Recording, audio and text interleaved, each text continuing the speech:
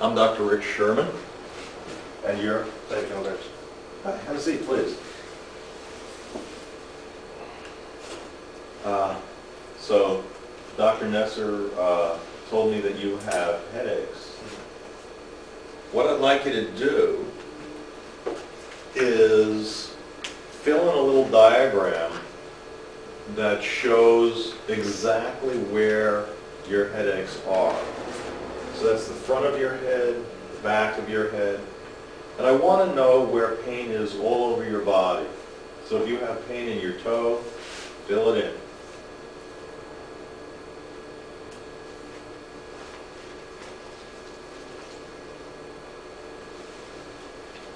And you have to be pretty careful to be accurate. Okay, again, anywhere else you have pain, anytime. Unrelated to the headache? Well, we don't know if it's related or not.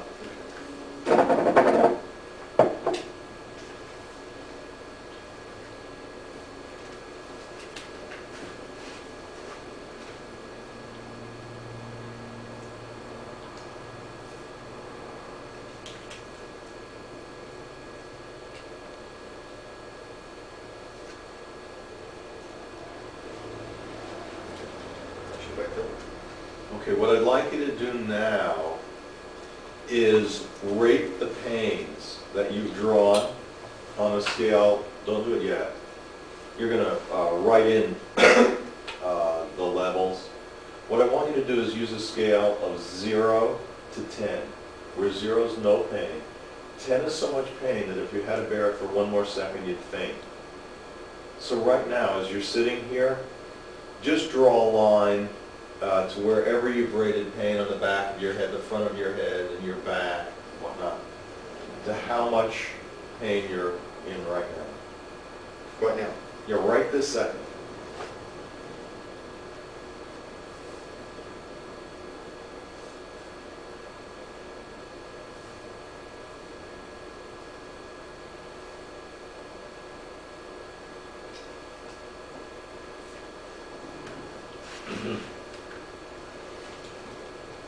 Okay, how much, if you were doing these ratings, what's the most the level gets to for your head pain? That's 7. Okay, so write maximum equals 7. Since you've written some zeros, we know that sometimes you don't have the pain. What's the average pain? You know, if you just took it across a week or something like that. I suppose about a 3 to 4. All right, so if you would write usual 3 to 4.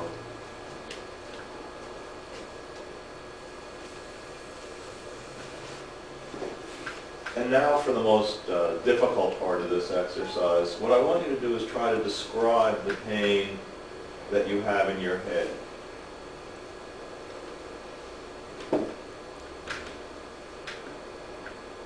very much like pressure, pain.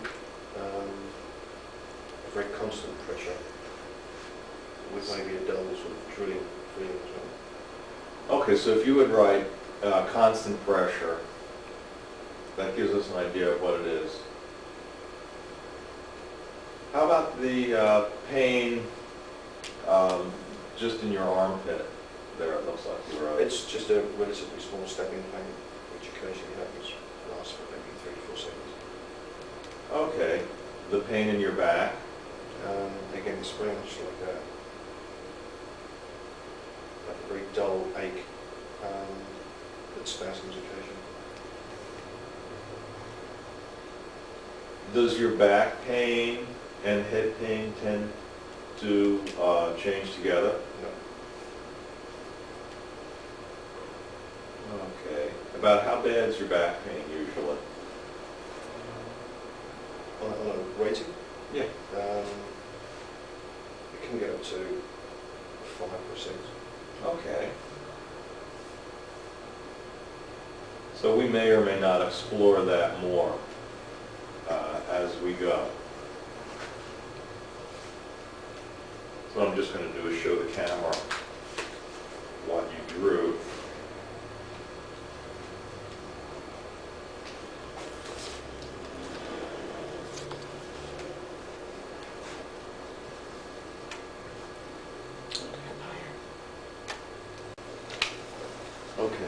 for everybody in the room, what we have, you heard the description and the rating. So today, he's almost pain-free.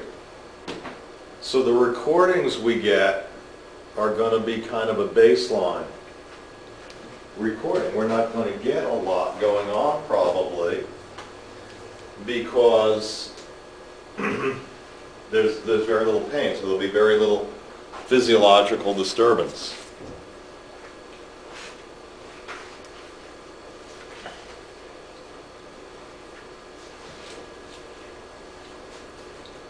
You drew the pain as being sort of across your forehead in the front and around the back, sort of centering down here. The progression of your headache, when a headache starts, where does it start? It can start on all of those locations simultaneously. It can start predominantly in the front, or it can start in the back. Okay, does it grow gradually? Yes. So at first you notice a dull feeling? Bothering him about that. Because we treat the whole person, further down in an evaluation we would talk about his back pain, but we're not going to do that today because this is a test. What we're looking around for is what's likely to cause his headaches.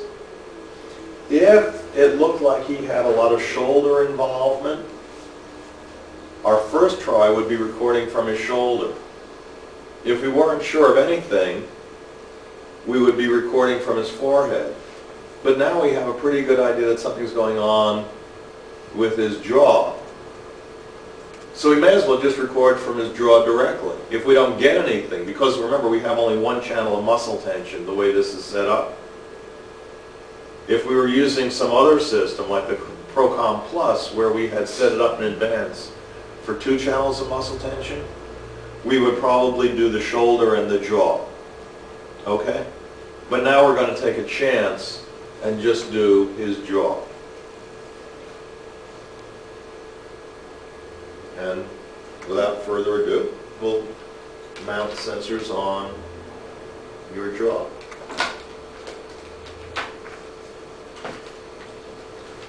Muscles make electricity. As you get tenser, they make more electricity. What we're going to do is use sensors that pick up the electricity that you're making, so nothing's going to you. You're familiar with voltmeters, obviously, given your job. This has got a voltmeter in it, just a very, very sensitive voltmeter. Because we're going to work with his jaw, we want the sensors close together, so we're going to use a triode, which means we don't need the extra long sensor. All we need to do is snap the triode into place. So it's these sensors that are going to be touching you. Would you clench your jaw, please? I'm looking for which way the muscles run. Let it relax. Do it again. Relax. Okay. Everybody has that masseter muscle run in different directions. Remember, we have to record over the belly of the muscle. So this is an especially important one. So some people have the muscle running literally from back to front. Other people, like Dave, have the muscle going straight, virtually straight down. So we've got to get this oriented correctly. The reference is over here, down by the wire. Okay, so we're not worried about that. We're worried about these two going in line with the muscle and right over it. Okay?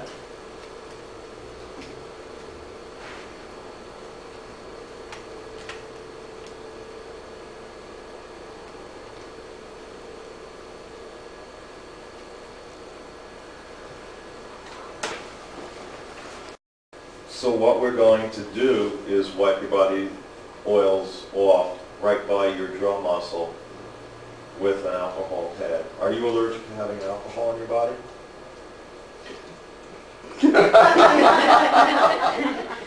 Not a good question, Rich. Generally not.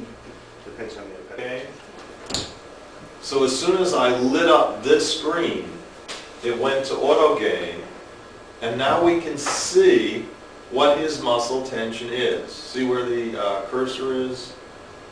It's less than a microvolt. As he's sitting there, it's absolutely normal. It's below a microvolt, he's fine. He's not even relaxing extra.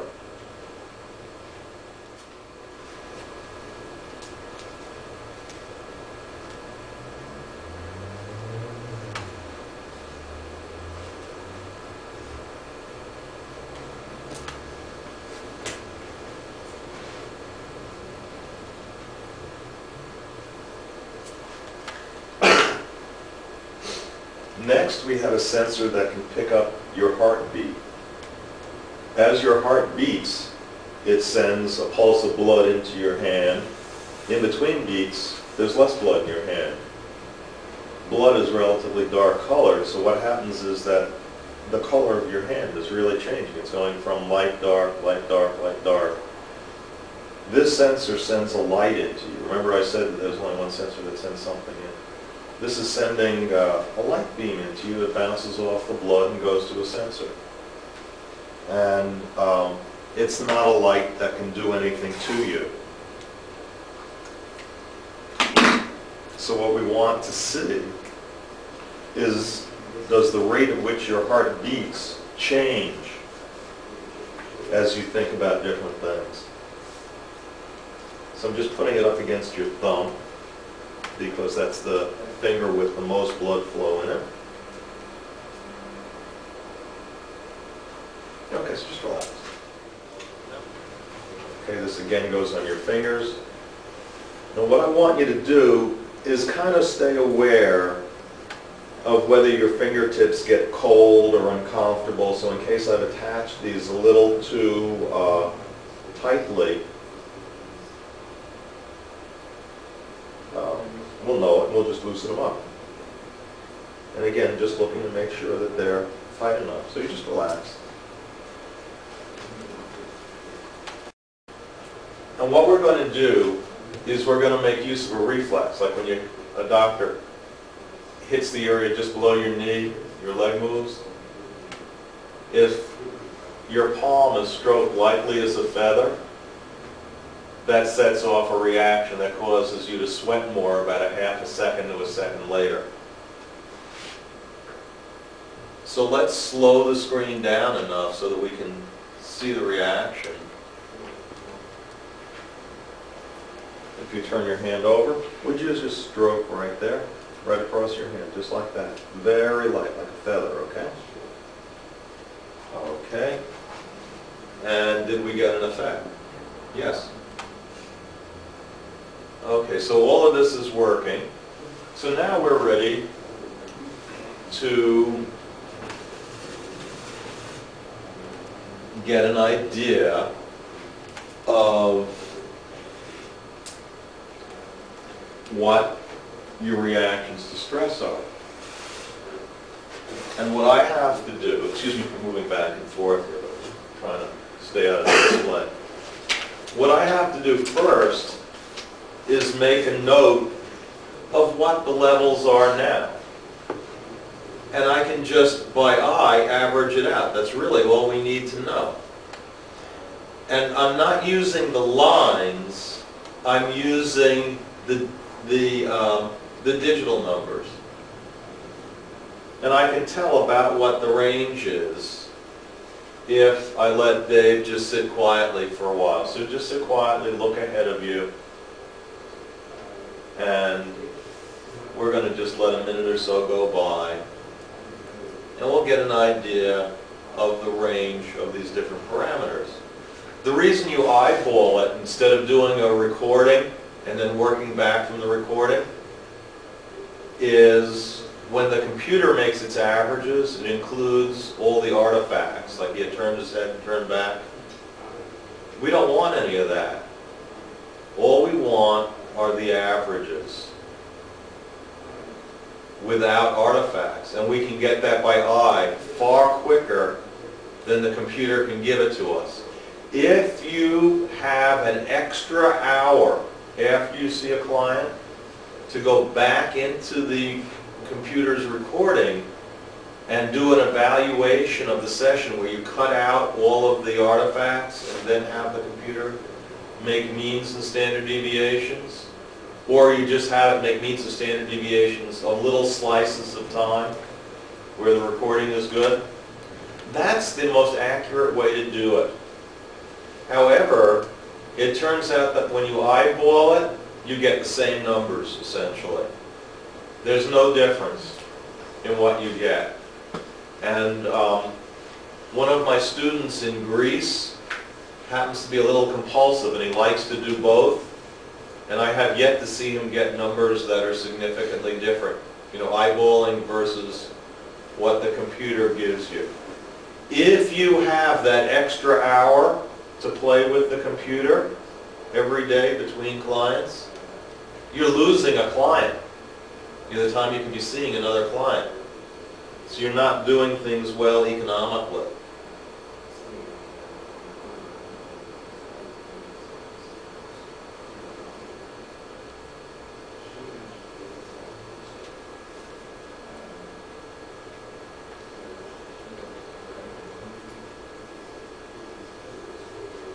Now notice that temperature still isn't stable, okay?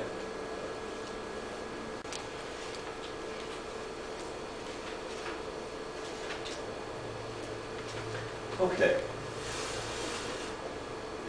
Now that you've had time for all these parameters to stabilize, what I'd like you to do is think of a specific situation, something that actually happened that got you very upset. I don't want you to tell me what it is, but what I want you to do is go through the incident. And I want you to go through it in real time. So choose an incident that wasn't more than a few minutes long. And I want you to go through it in a lot of detail. For example, if you were going to go get into a sauna, you might imagine yourself walking toward the sauna. You would notice what the floor feels like, what the air feels like around you, what the door in front of you looks like, what the sounds are. Imagine reaching out, touching the door, pulling it open, the resistance to you pulling it open, the change in air as you come through. Does that make sense?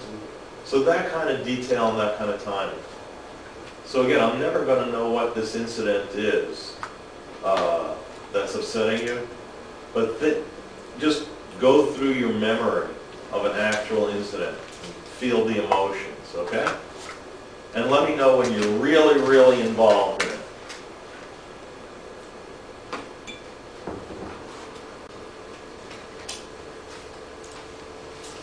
So are you thinking about it? Okay, so let me know when you're really, really into it.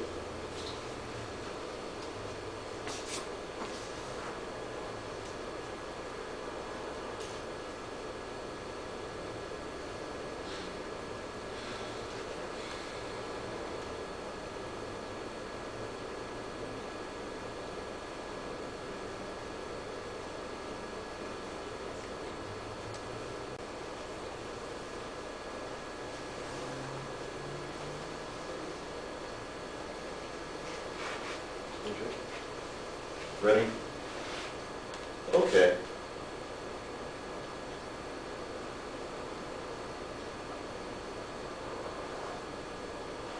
And what we got were no particular changes. You know, his respiration rate didn't change particularly from baseline. His temperature is about the same. What I'm going to do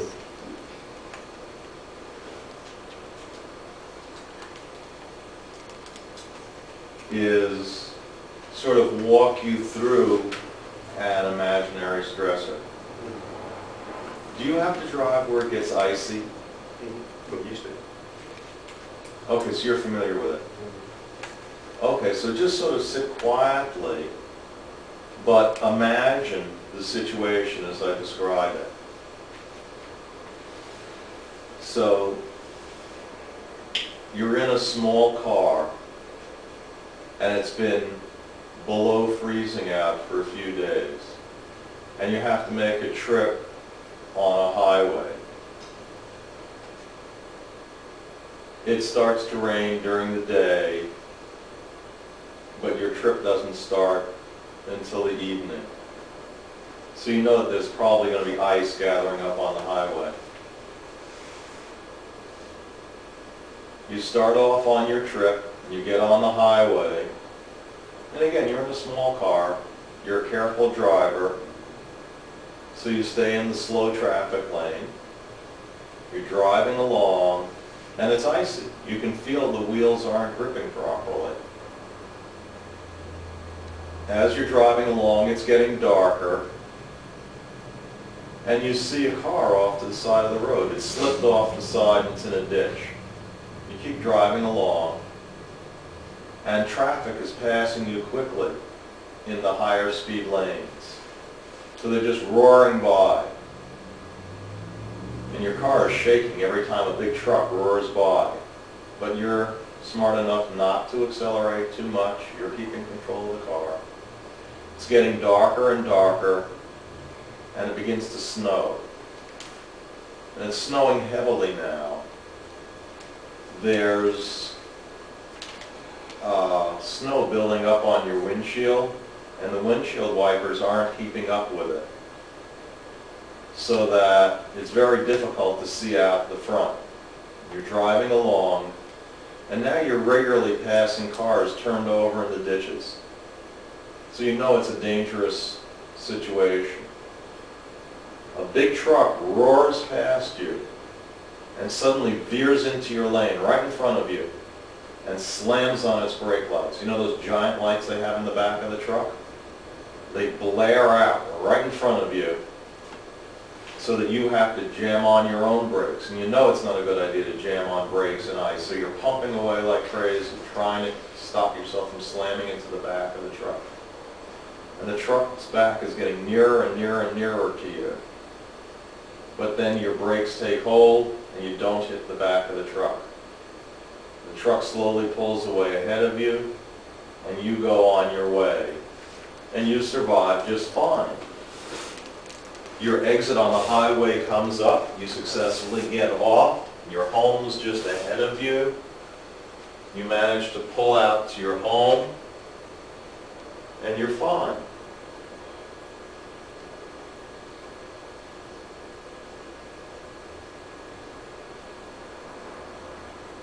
So that's the end of this little stressor that I was giving you.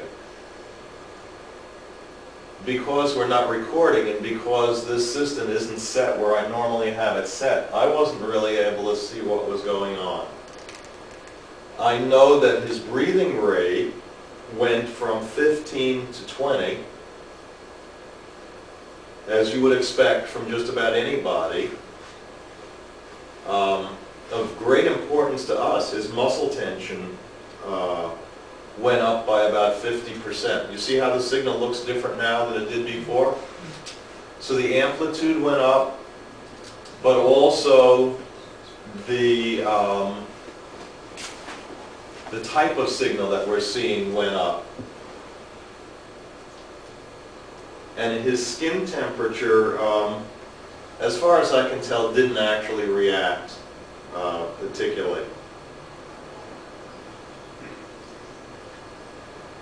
So for the three parameters that we can be pretty sure of here, the one that changed is muscle tension in his jaw. What we talked about is that all you need is a 5 to 10% change to get an ache. So we've probably identified that as a potential cause for his headaches. But we want to check a little bit more. So we're going to do one thing immediately and one thing a little bit later. The immediate thing that we're going to do is ask Dave to relax a little bit. So what we want you to do now is think of a scene that's quietly relaxing.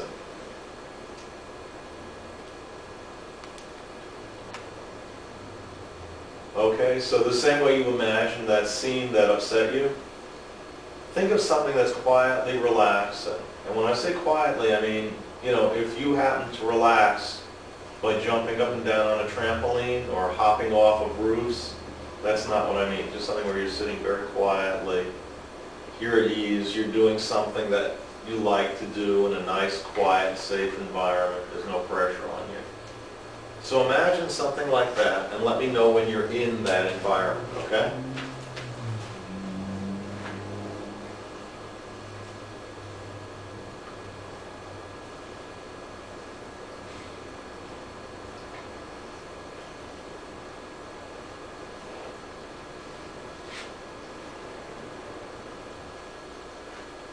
All right, so notice his respiration.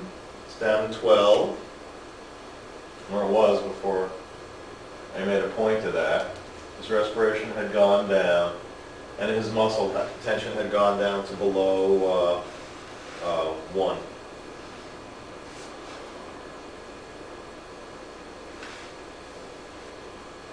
And his temperature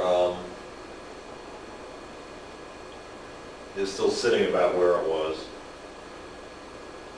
So his temperature is really not reacting. What's reacting is his breathing and his muscle tension. Dave, what I'd like you to do now is let your jaw relax. I'd like you to just let your jaw, your lower jaw, hang open about 1 millimeter or so. You don't have to let your mouth open, but just let your jaw hang open. Let it just relax. Imagine the tension just flowing out of your jaw. Okay? So imagine your jaw relaxing. Very gently move your jaw from side to side. Now let it stay still in the middle. And be aware that when you're moving your jaw from side to side, those muscles are a little tense to control your jaw. And now they're still a little tense. So just let that tension drain away. Just let your jaw open a little bit. So you can see that he's now down to about 0.87, you know, somewhere in the 9, way down in the normal range. It's not so different as when he was just sitting there relaxing. So he can relax his jaw fine. That's not a problem. The problem is that he tenses his jaw enough to cause headaches when he's simply sitting here imagining a stressful situation. So if we were going to treat Dave, what we would do is give him muscle tension biofeedback from his jaw or forehead, which would pick up both, and teach him to be aware of how the muscles feel when they're tense, how they're relaxed. And then we give him some dots, some colored dots to put around on his computer monitor, his TV, and whatnot, wherever he goes, so that every time he notices a dot, he notices his jaw tension and lets it relax. So for 1 week there'd be one color of dots, for the next week there'd be another color of dots so that he doesn't habituate to it. That would probably be our initial treatment. And we'd find out whether we were right about the headaches within a week or so, because he'd begin not staying as tense for as long. Does that all kind of make sense? So that would be our treatment plan for you if we were going to do it. Do you have any questions right now? How do you imagine a jaw relaxing? Excuse me? How do you imagine a jaw relaxing? How do you imagine it? Well, what we would actually do if you were an actual client is we would have gone through an exercise that teaches you to do exactly that. That teaches you to recognize differences between very slight tension and very slight relaxation. And then you can imagine it. Right. And it's not a difficult exercise. It takes 20 minutes to go through if we did your whole body. And you would be practicing that at home for a few weeks until you get good at it. Okay, so that's it. And if you don't mind, I'm going to take all these sensors off.